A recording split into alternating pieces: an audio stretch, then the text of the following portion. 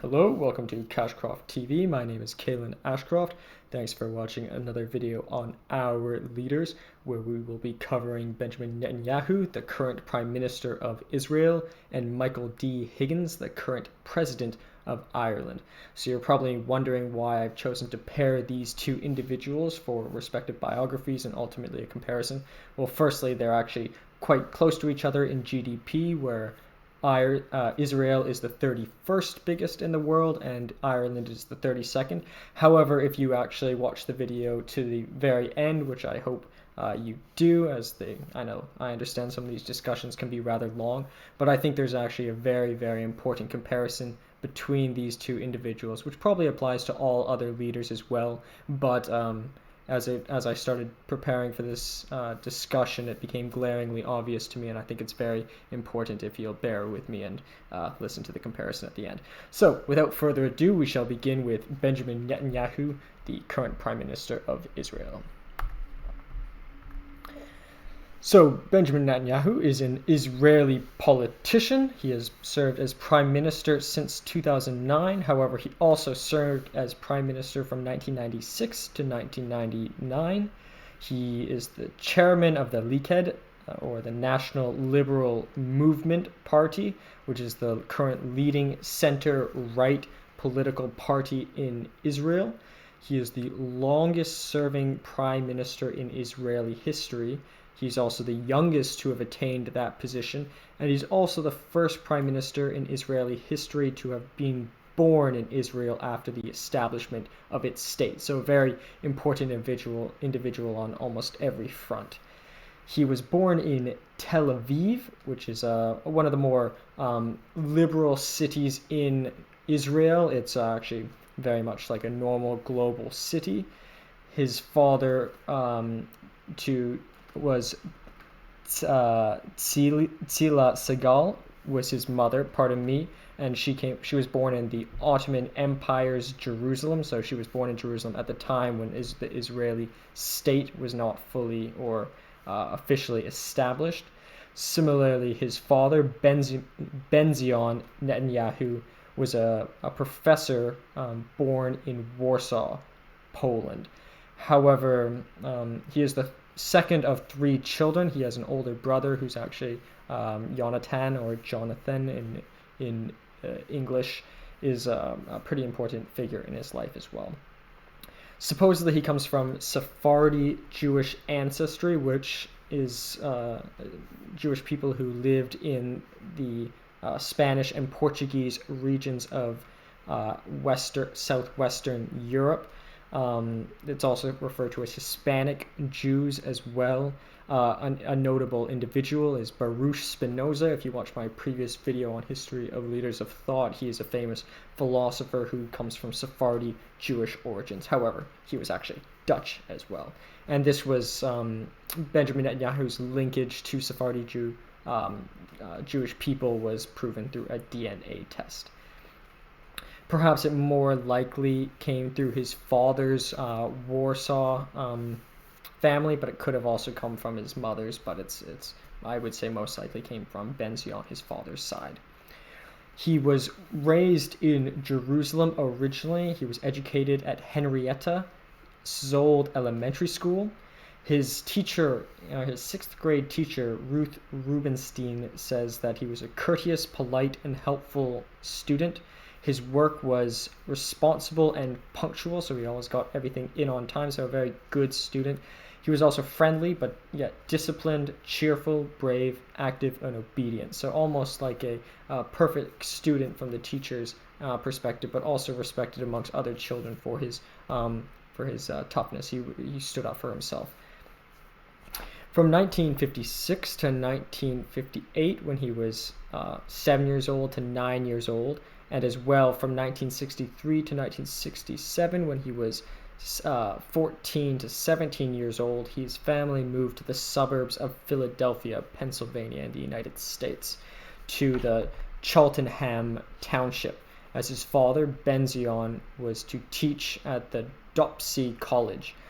Some little background information about the Dropsy College, pardon me. It's the first degree granting institution for postdoctoral Jewish studies in the United States. So a pretty important institution. As well, Pennsylvania region has a very important history in the United States of America. Benjamin Franklin wasn't born there. Benjamin Franklin was born in Boston, if you see the Benjamin Franklin biography, but he also started the important University of Pennsylvania there. He graduated from Cheltenham High School, and during his time at high school, he served or was in the chess club as well as the debate club, and he also played soccer. However, he and his brother disapproved of a lot of the superficial ways of life that they observed in other students at their high school and in the Philadelphia region. They didn't dislike the counterculture movement, where literary interpretation of individualized feelings was sort of emphasized. So the counterculture is sort of, I guess you could call it, the precursor to modern hipsters, but really, in touch with their feelings, a little bit more laid back. Probably observed some of the other students doing drugs at this time, maybe a bit early, but nonetheless, they didn't like that. They were a little bit more on the conservative side. Similarly, within their own synagogue, the Temple Judea of Philadelphia was the name of their synagogue. They disliked some of the liberal sensibilities of reform noted in their own synagogue. So they were a little bit more conservative and a little bit more by the book, and they sort of disagreed with some of the things they saw in the United States. And this is probably not necessarily due to their temperament, but also they were born originally in Tel Aviv, but also raised in Jerusalem. So coming from the Israel, they must have had experienced more conservatism over there as they experienced in Philadelphia. So therefore, as you probably can assume, and as you likely know if you've seen any of his speeches, he is fluent in English, and many people know that he has quite a strong Philadelphia accent. I think the Philadelphia accent is quite similar, perhaps, to even how I speak, but if you are really good at picking up the idiosyncrasies of the English language, that is where they say his accent comes from. He graduated in 1967 when he was 17 or 18 years old, which is the standard age to graduate. And at that time, he returned to Israel to enlist in the Israeli Defense Force. While on the IDF, he had the nickname Bibi, after Benjamin Bibi, kind of a fun name to associate with him. I think that shows that there was a lot of camaraderie, but also his colleagues respected him. He trained as a combat soldier, and he ultimately served 5 years in the elite special forces unit of the IDF, known as the Sayeret Matkal. He had numerous cross-border assault raids from 1967 to 1969. When he was around the age of 19 years old. So pretty obviously, warfare generally in the history of man has been associated with younger people. They obviously weren't sending a bunch of 60-year-olds to go out and fight, but still, to put it into relatively modern perspectives, at 19 years old to already be at war is obviously would do something to toughen one up, as well as the military training and such. He was involved in the War of Attrition, which was in 1967 to 1969, where Israel was fighting against predominantly Egypt and Jordan. During this time, through his perhaps leadership qualities, he rose to become a team leader. It's also noted that he served in the Operation Inferno in 1968, as well as the rescue mission of the hijacked Savannah Flight 571 in May of 1972, also known as the Operation Isotope. During this time, he was actually shot in the shoulder during that operation. However, even more so in many of these battles, he suffered many different wounds. So something that can be said there, firstly, he obviously toughened him up, but he wasn't the kind of soldier who would hide from the risk. He was obviously a risk taker to not be only wounded once, but on numerous occasions. And something can be said about him obviously believing in what he's fighting for if he's willing to take such risks, even consecutive risks, get shot once, perhaps many people would kind of shy away from the risk, but he continuously got wounded. In the Yom Kippur War of 1973, which was actually on and off sort of during his studies, he was involved in the raids of the Suez Canal in Egypt, which many of the facts that went on during this raid still remain classified today. He was also a lead commander in an assault in the Syrian territory, which also remains confidential, and he also attained the rank of captain before he was eventually fully discharged. But nonetheless, he had quite an impressive military career. Given his age, he rose through the ranks quite quickly. He showed a lot of bravery and obviously gained many friends, gaining the nickname Bibi. And ultimately, I think this allowed him to rise through the political ladder in Israel. After this, in 1972, around the time of the Yom Kippur War, he returned to the USA to study architecture at MIT, the Massachusetts Institute of Technology. So MIT is more of a technical school, but nonetheless, architecture must have been some sort of a passion to him. And MIT is obviously a very, very great university, and I'm sure that they have a good architecture program. However, he concurrently studied and also achieved a master's in science in almost record time in 4 years, so graduating in 1975 at 26 years old. And he also graduated from his master's was from the Sloan School of Management, which is a pretty famous business school at MIT, and he attained the degree in 1967 at 26 to 27 years old, which is maybe a bit older for the time, because he was obviously spent a lot of time at war, but to already have a master's degree by 26 and 27 and entering the workforce is pretty quick. And he was obviously a very great student, and many of his professors spoke highly of him.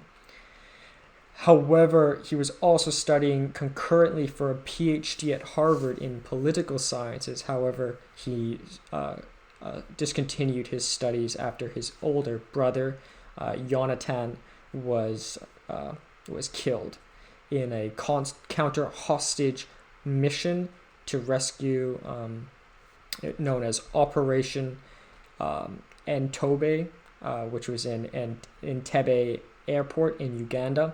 So basically, his brother actually had filled Benjamin's position that he had left to go and study in America.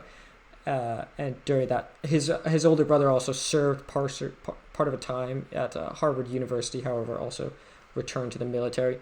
However, his brother was filling his role on a mission at the airport in Uganda, trying to reclaim some hostages that were captured, and during this time died. And this convinced Benjamin to quit his studies, but nonetheless he stayed in America to continue enter the workforce. So he attained his master's degree at 25 years old, and he was quickly, which is particularly fast for his age.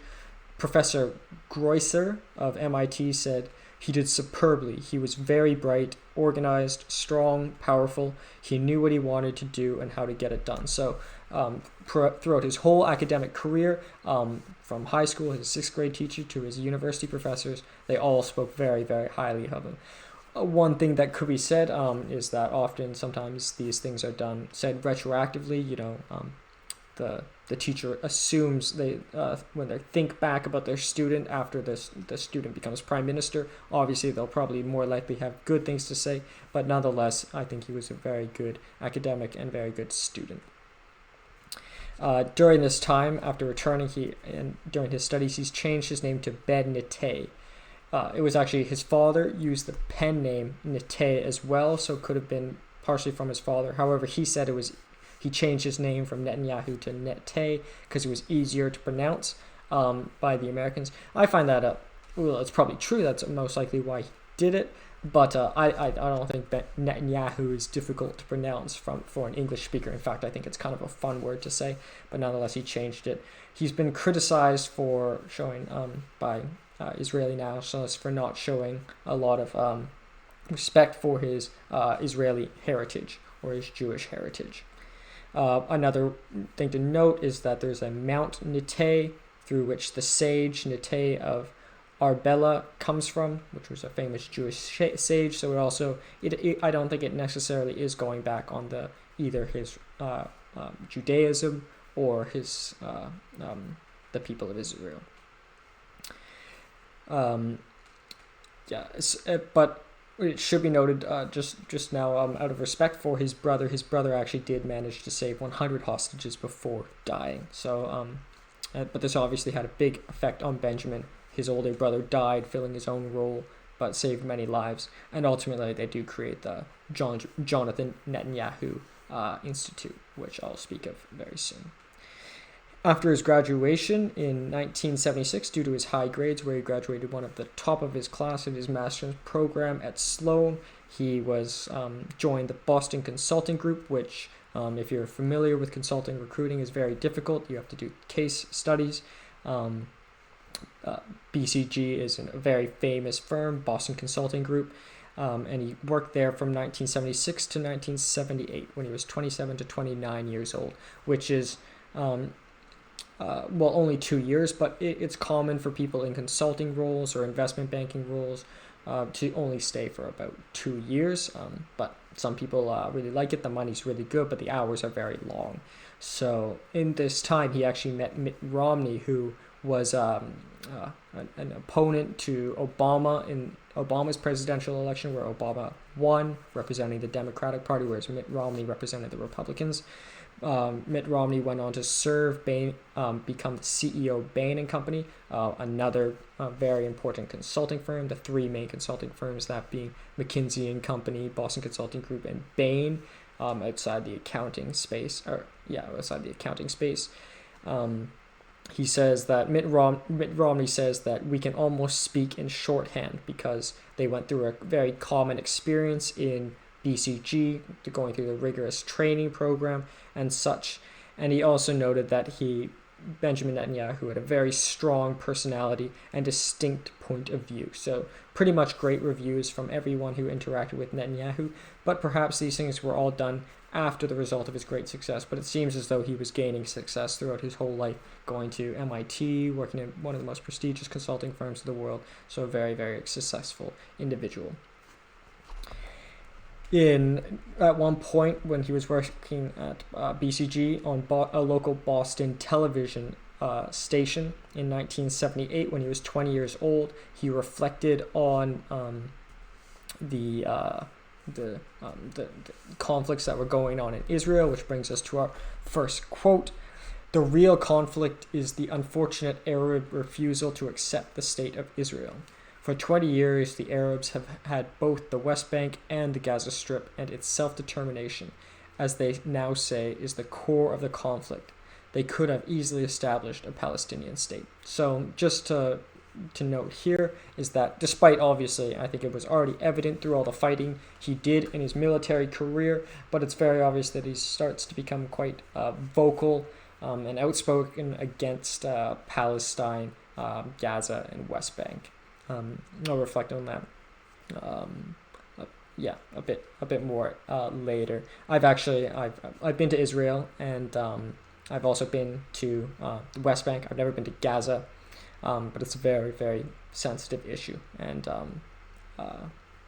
I think both sides have many things they're right about, and both have many things they're wrong about. But nonetheless, I'll continue and I'll discuss that a little bit more. In 1978, shortly after giving this speech on the Boston television, he returned to Israel. And for 2 years until 1980, he ran the Jonathan Netanyahu Anti-Terror Institute, which is named after his brother, Jonathan.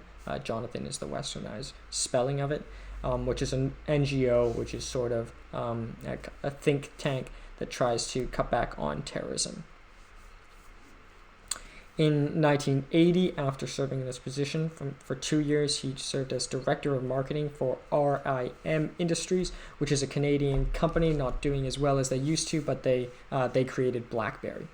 And he served as the Director of Marketing in Jerusalem. So I only mentioned that it's Canadian just for additional details, but I'm also Canadian, so I thought I'd mention it.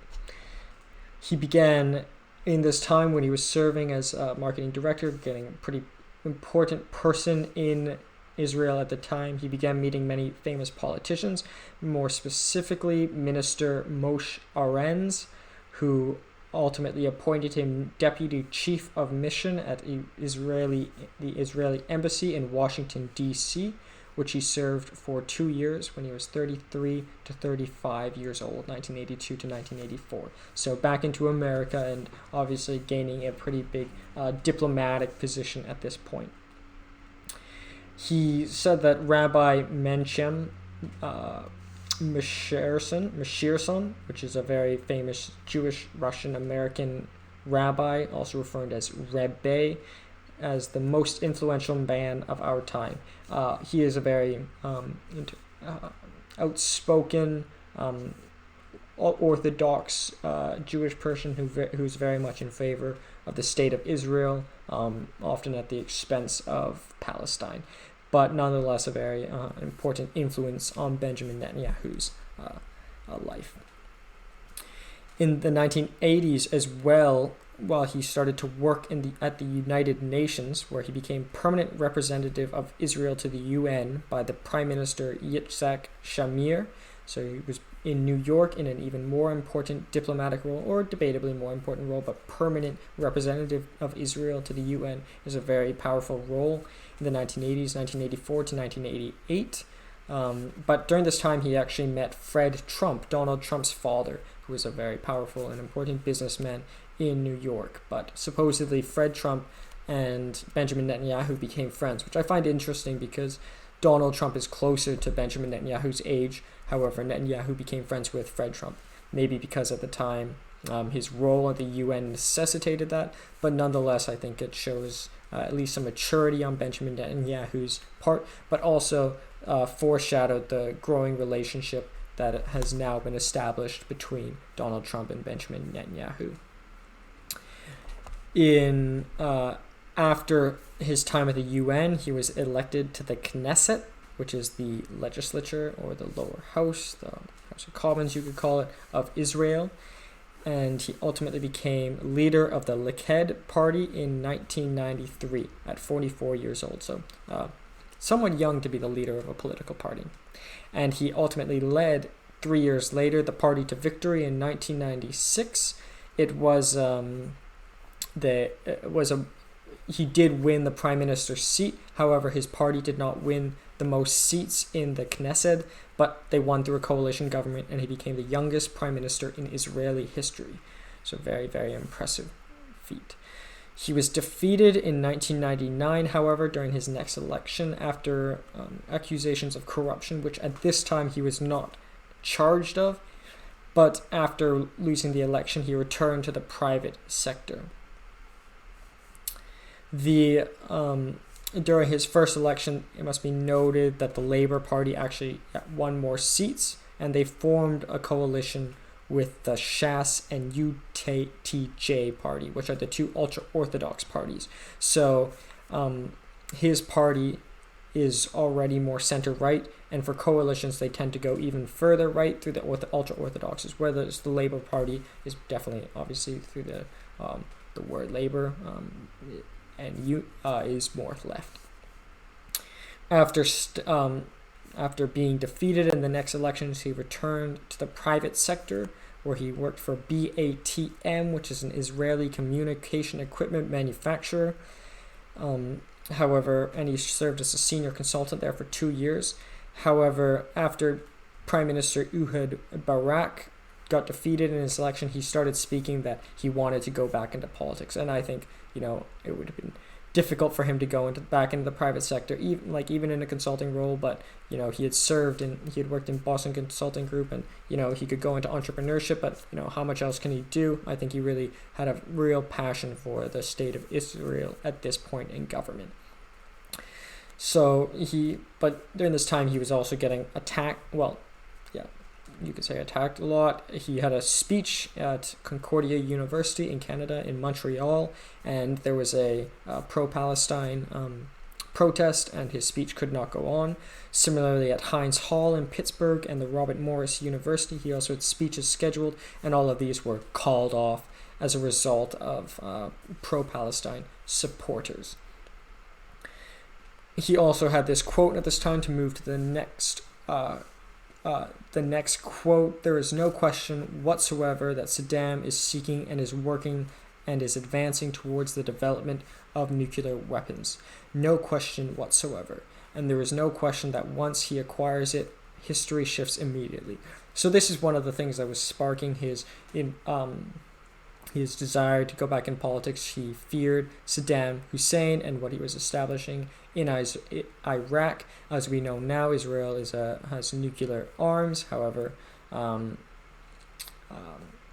he feared that Saddam would get it, and he thought that by becoming prime minister of Israel, he could make an effort to prevent this. Ultimately, Saddam Hussein was killed, for better or for worse. But it must be noted that his he doesn't just have an issue with Palestine, that being West Bank and Gaza, but also for some of the other Arab countries as well. That being, for example, or you could make the argument that he doesn't have something against Iraq and just against Saddam Hussein, but nonetheless, I think he feels quite belligerent to many of the countries that surround Israel, which maybe rightfully so. It's a very small country, somewhat isolated over there. Most of its allies are thousands of miles away, and it's a very difficult situation. But part of his desire to go back into politics was individuals such as Saddam Hussein, who were in effect threatening the state of Israel. Before this, however, he served briefly as Minister of Finance and as Minister of Foreign Affairs under Ariel Sharon's government. However, after Ariel Sharon and the government started plans to disengage from Gaza, he chose to resign and to run for prime minister. For those who don't know, West Bank is, I would say, quite rather peaceful. West Bank has Jericho, a very beautiful city, Bethlehem, which is supposedly the place where Jesus was born, so a very popular place for tourists even to visit. I think that maybe some of the hatred towards the people on West Bank might be unjustified. However, Gaza, over to the east, it's interesting. West Bank is in the west. Hopefully, I'm doing that right so you can see it on the screen. But West Bank is in the west and generally peaceful. However, Gaza is over on the east, and they do tend to fire missiles sort of back and forth into Israel and vice versa. So, nonetheless, he stepped down from his position as Minister of Foreign Affairs to run for government. Prime Minister Sharon actually stepped down from the Likud party in order to start his own party, the Kadima party, and therefore Benjamin Netanyahu became the leader of the Likud party again in 2005 at 56 years old. So still got many years ahead of him and still rather young in political terms. And in 2009, through a coalition government, he became prime minister again with his ideas fully formulated and his intentions sort of set in stone.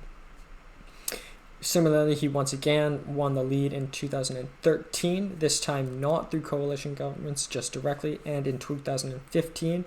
And however, in 2016, he was indicted on charges of breach of trust, bribery, and fraud, which this time he was indicted. So originally, if you remember, when he had to step down or didn't win again for prime minister in his first term when he was the youngest, it was on charges of fraud, but he was not indicted. But this time he was indicted. So technically, he is legally not allowed to hold any ministerial posts. However, he is still allowed to run for prime minister because that is an elected position.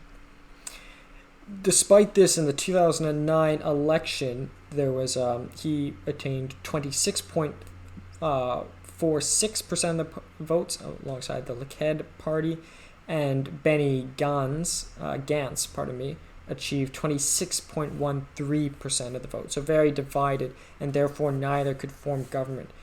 Benny Gantz is from the Blue and White Party. So technically speaking, we're in an interim period, and a new election will have to be done. Things are difficult because it is in the COVID outbreak right now, but nonetheless, He is currently an interim prime minister, pardon me, and it's not fully certain he will be elected next election.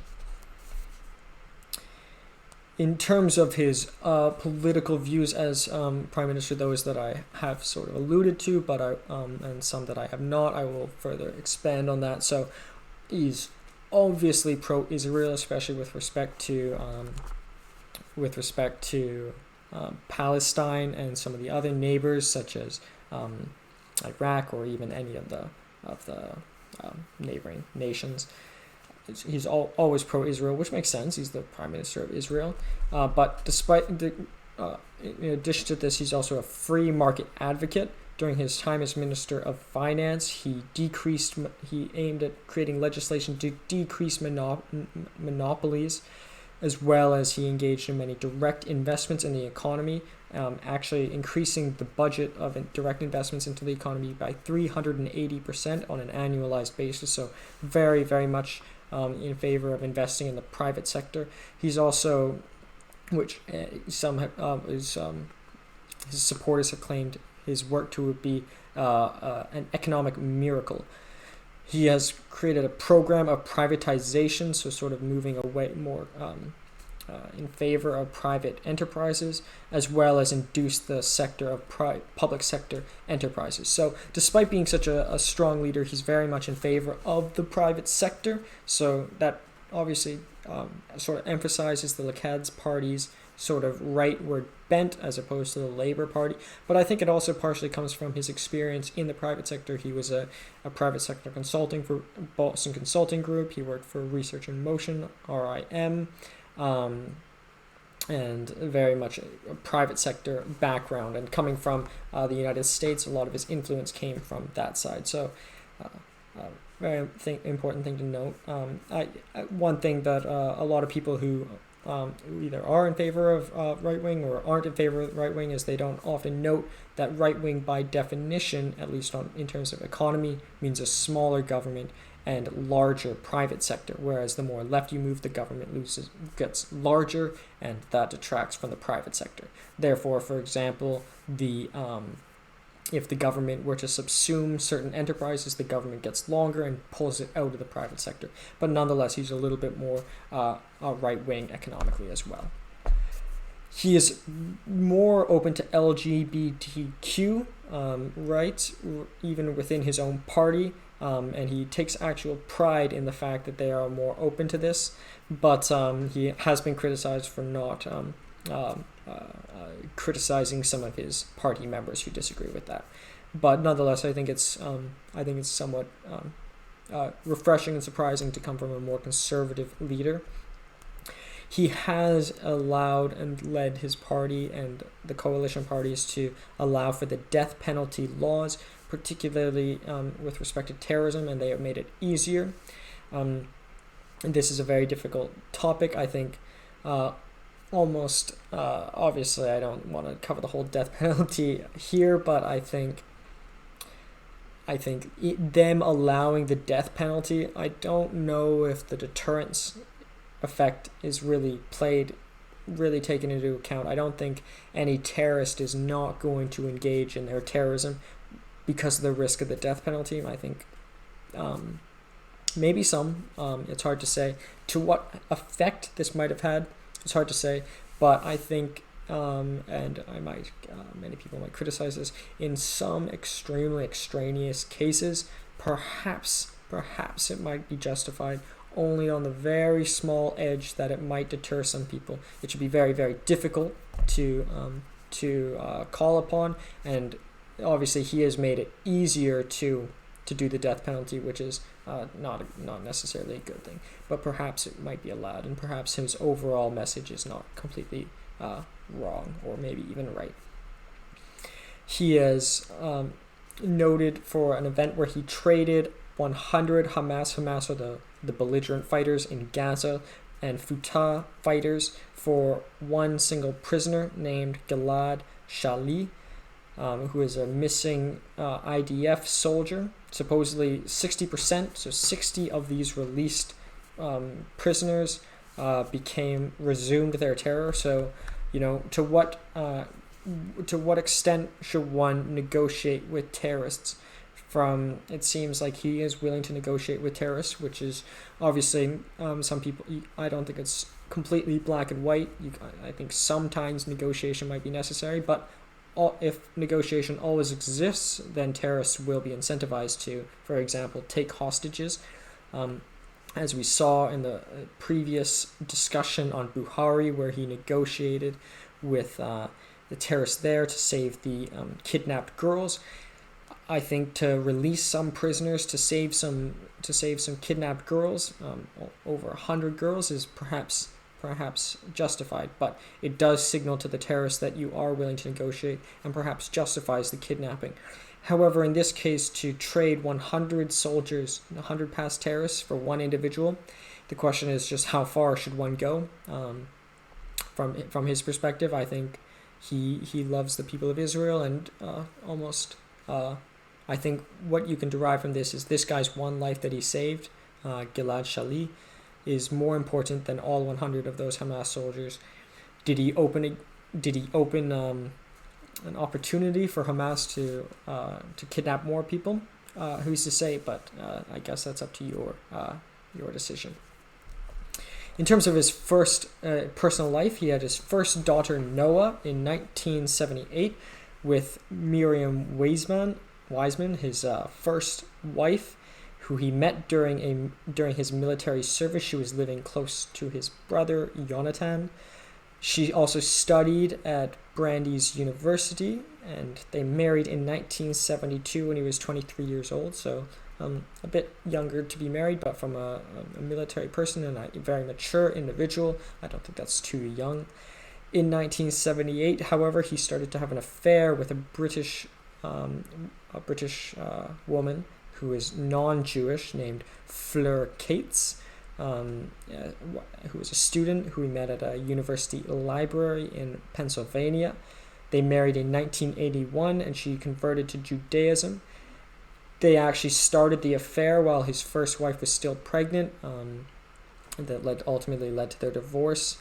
But he ultimately even ended up divorcing this second wife, Fleur Cates, in 1984 when he was 35 years old.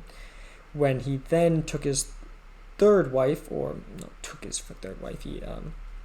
fell in love with his third wife, Sarah Ben-Artzi, who was a psychology graduate student at the time, who was serving as a flight attendant to pay for her studies in the Israeli airline El Al, who on a flight from New York to Tel Aviv. And in 1991, they married, having two sons, one in the year of their marriage in 1991 and the second in 1994. One of the children is a national Bible champion, and one is an IDF spokesperson, Israeli Defense Force spokesperson. However, he also admitted an affair with his PR advisor, Ruth Barr, after he was blackmailed in 1993 to leave the Likud party. However, he admitted the affair openly, and I think by being dishonest, he managed to stay in the Likud party, and he actually managed to repair the relationship with his third wife. Additionally, he was also found, and he did admit to it as well, that he had been having a 20-year affair with Catherine Price Mondadori. And once again, this almost reflected more poorly on the press for delving too deeply into his personal life, and yet his marriage has still stayed strong. So, but one could say either a very romantic woman for falling in love with so many people, or perhaps the complete opposite, one who doesn't necessarily doesn't love these women, but just takes them. But I think he does love all these women. I do think he actually is a rather romantic individual. And in 2009, his first daughter Noah gave him a grandson. So we'll move to the quotes. A little bit of background about Egypt. Firstly, the population is 8.9 million, which is rather small, but it is a smaller place. And one must note that Israel is also encompasses many people of different religions. For example, there are a lot of Muslims in Israel as well as Christians in Israel. But however, I think he speaks more so for Israelis all over the world, or Jewish people all over the world. So I would say his actual reach is actually quite a bit larger than just the population of Israel. The GDP is 370.6 billion, putting it in about 31st in the world's largest country by GDP. And the area is 22,145 kilometers squared, which is once again pretty small. The last quote, as I already mentioned, the first quote, which was about sort of his sentiment towards West Bank and Gaza, which is obviously negative. The second quote with respect to Saddam Hussein, which is once again negative. However, the third and final quote, all Jews may call Israel their home, which I think is, and he also promotes that all Jewish people go and visit Israel at one point as well. So very, I wouldn't call it nationalist. I would call it in favor of his religion, or of the people who share his lineage, the people of Israel. In terms of the pictures we have here, at the very top right is actually the symbol of Tel Aviv, where he was born. The second one here is the symbol of MIT, where he attained his bachelor's and his Master of Science. The third one down is the symbol of the Special Forces of Israel, the Sarayet Matkal. The last one here is the flag and symbol of the Prime Minister of Israel. One last thing to note before moving on is that the United States officially recognized Jerusalem as the capital of Israel. Before, it was prevented from being recognized internationally as the capital of Israel because it's considered that Jerusalem is a place that is holy not just to the people of Israel but also to all of Muslims. It's the third most holy place in Islam after Medina and Mecca. However, the United States, Donald Trump recognized it, perhaps maybe because their relationship with Benjamin Netanyahu's relationship with Donald Trump's father. Perhaps, in effect, Jerusalem is, in all intent, in practice, it functions as the capital of the Israeli state. However, this was quite a shock to the Muslim people as well. Not necessarily Christians. Most Christians actually are somewhat okay with it, but I think it might have been on paper it makes sense, but it could be conceived as a little bit insensitive. But nonetheless, a very, very powerful individual, and all the criticisms towards him do not come from Israeli people. The Israeli people generally really love this individual, hence the reason he's the longest serving prime minister in Israeli history. But the most clear merit for him I will get to in the comparison. But and once again, I know a lot of people have poor things to say about him, but once again, I'm trying to put the most positive spin on all of these leaders, because I think it's very easy to find the negative information, and there aren't enough people or there aren't enough ways or resources to find the positive information. So that is the life of Benjamin Netanyahu, a very, very great leader from Israel. And next we will move to Higgins, Michael D. Higgins.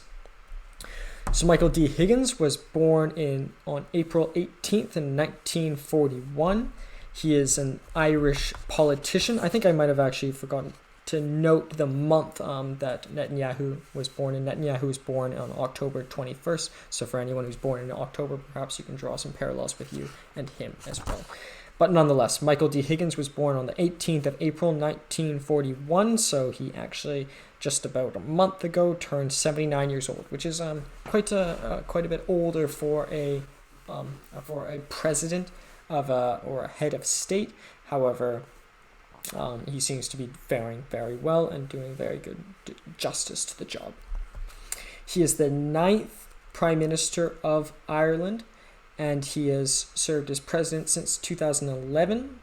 Formerly, he is part of the Tiachta Dala, pardon me for the pronunciation, that's actually the Irish original language, which is essentially, or the TD, which is the House of Commons in Ireland, or the lower house, and he has represented Galloway West. and he has served that position from 1981 to 1982, and as well from 1987 to 2011, when he was 40 years old and took the role of president. You cannot serve in the lower house while being president, which I suppose makes most people would understand. In terms of his early life, he was born in Limerick. I guess I say most people understand, and I just brushed over that, but it's because if you were president, you in effect represent the whole of the country. You cannot be a member of parliament, we can call it, or as they call it, Tiachta Dala, where they represent a specific riding. So if you're president, you represent the whole country. It's just a small distinction for countries that have a president or countries that have a prime minister. A prime minister is a leader of a party. A president is just the general leader of the country. But they still have associations with certain political parties.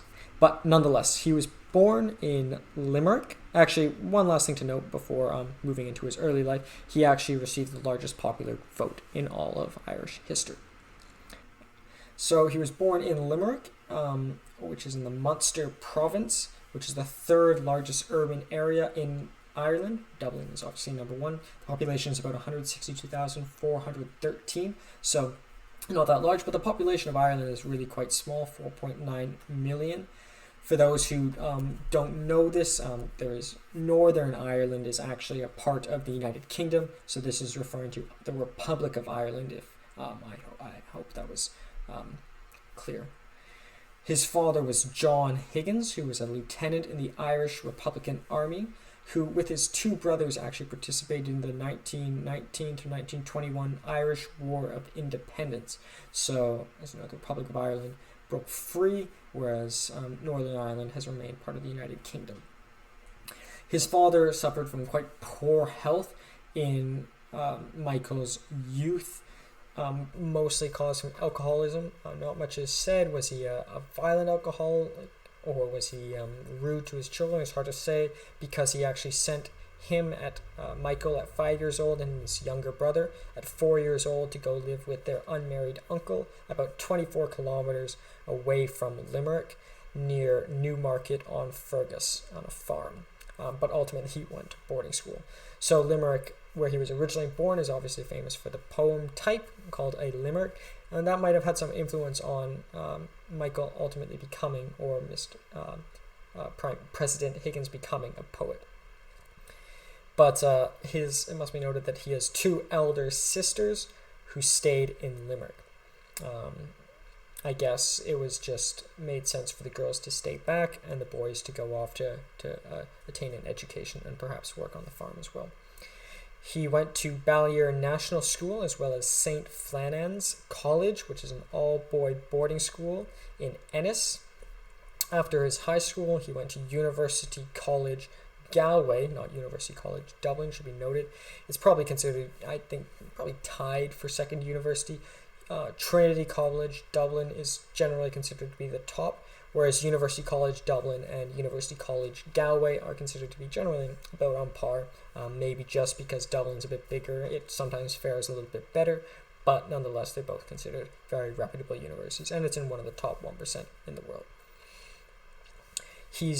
During his time studies, he was a vice auditor and then later an auditor of the Literary and Debating Society. So, because obviously he was a good public speaker, but also I think he was a good writer as well. More importantly, at UCG, University College Galway, he became president of the student union from 1964 to 1965 at 23 years old. So very important thing to note, being head of the student union, as we saw with Boris Johnson. Boris Johnson was head of the Oxford Union, which he fought very hard to attain because, at least specifically in the United Kingdom, becoming head of the Oxford Union is largely associated with ultimately people becoming politicians. So becoming, in Michael D. Higgins' case, becoming head of the student union was obviously something that not only was important for as a representation of his ability, but also sort of a prestigious role to fill that probably foreshadowed his coming political career. He also served briefly, or not served, he studied briefly at Manchester University.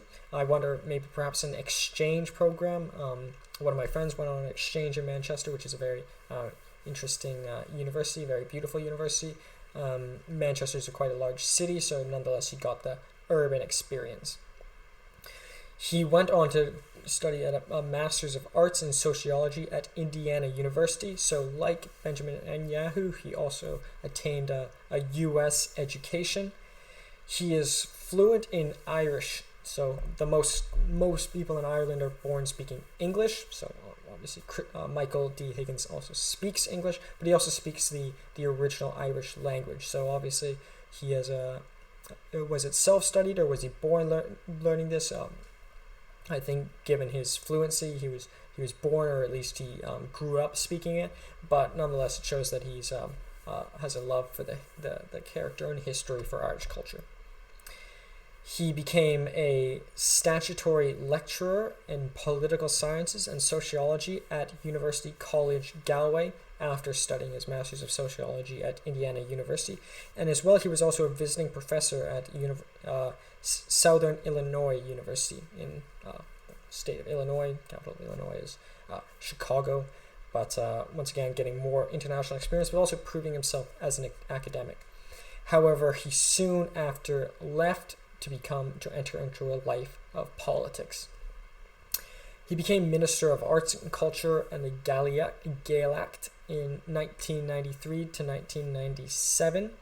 He became mayor of Galway a little bit before this, even from 1981 to 1982, and as well from 1990 to 1991.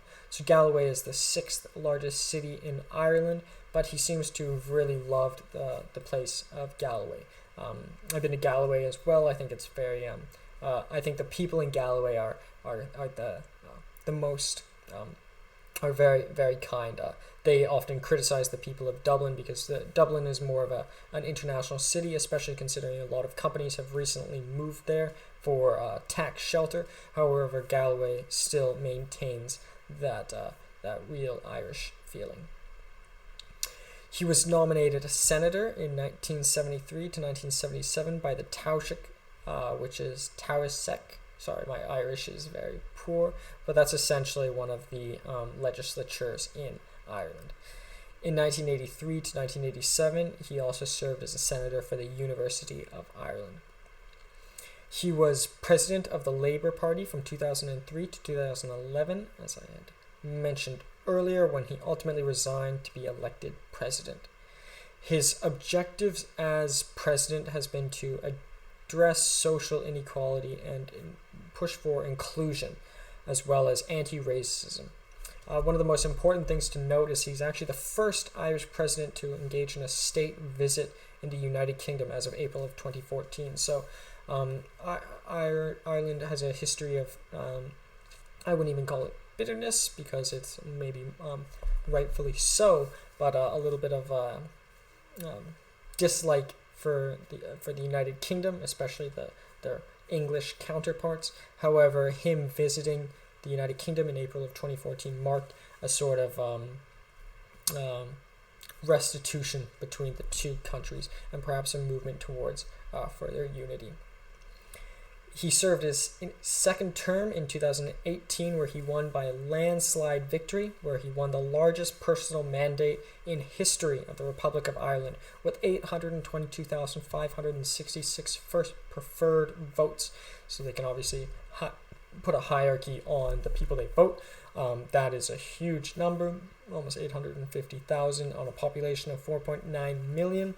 Is very, very, very large portion of the population to directly vote for him.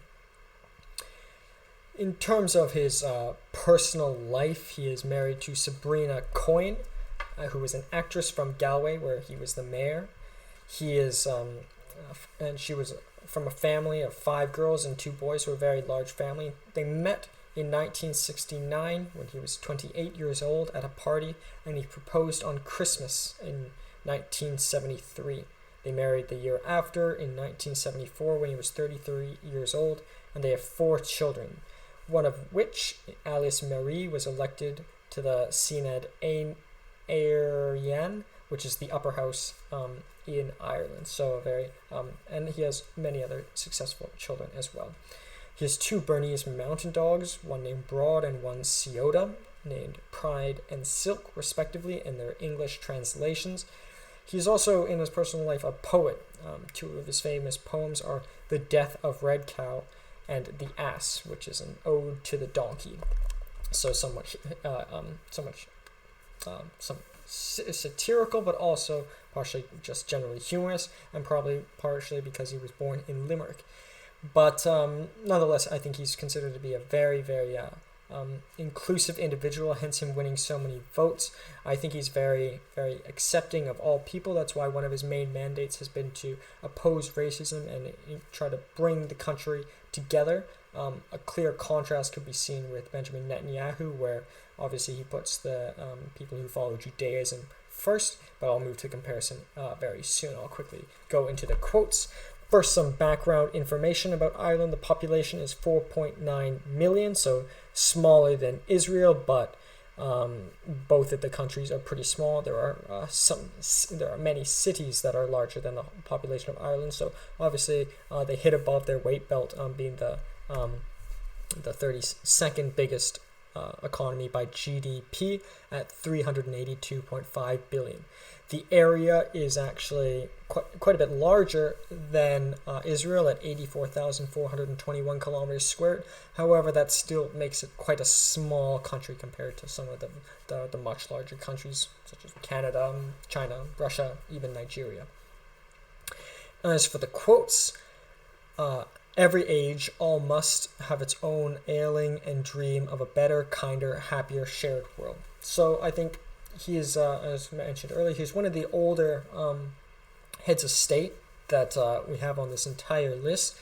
But I think he really has an open mind in seeing that each generation things must improve, and he fully expects that the next generation will know things that he does not. So I think despite his age, he's very wise and accepting of the younger generation, and that's why also he has brought changes in that, restoring relations with the United Kingdom, despite his own father and uncles having fought for the independence of Ireland. For him to sort of go on back on that shows a lot of perhaps wisdom. Next quote: I hope that the end of the 7 years people will say that I have been of some inspirational value to them at home in terms of inclusiveness and abroad. I look forward to representing Ireland. So once again, he's very in favor of inclusiveness, and he wants to bring people together of all races, of all religions, but most importantly, he wants to be an inspiration abroad as well. So what could be alluded to there? Maybe he hopes people such as Benjamin Netanyahu might see him and perhaps aim for inclusiveness as well. So he's not the country that he is directly the head of state, president of, is not large, but he hopes to have, and I do believe he does have an influence beyond the borders of his own country. I have encountered on this long road an enthusiasm for Irishness which will be built on recognizing those sources from which spring the best of our reason and curiosity.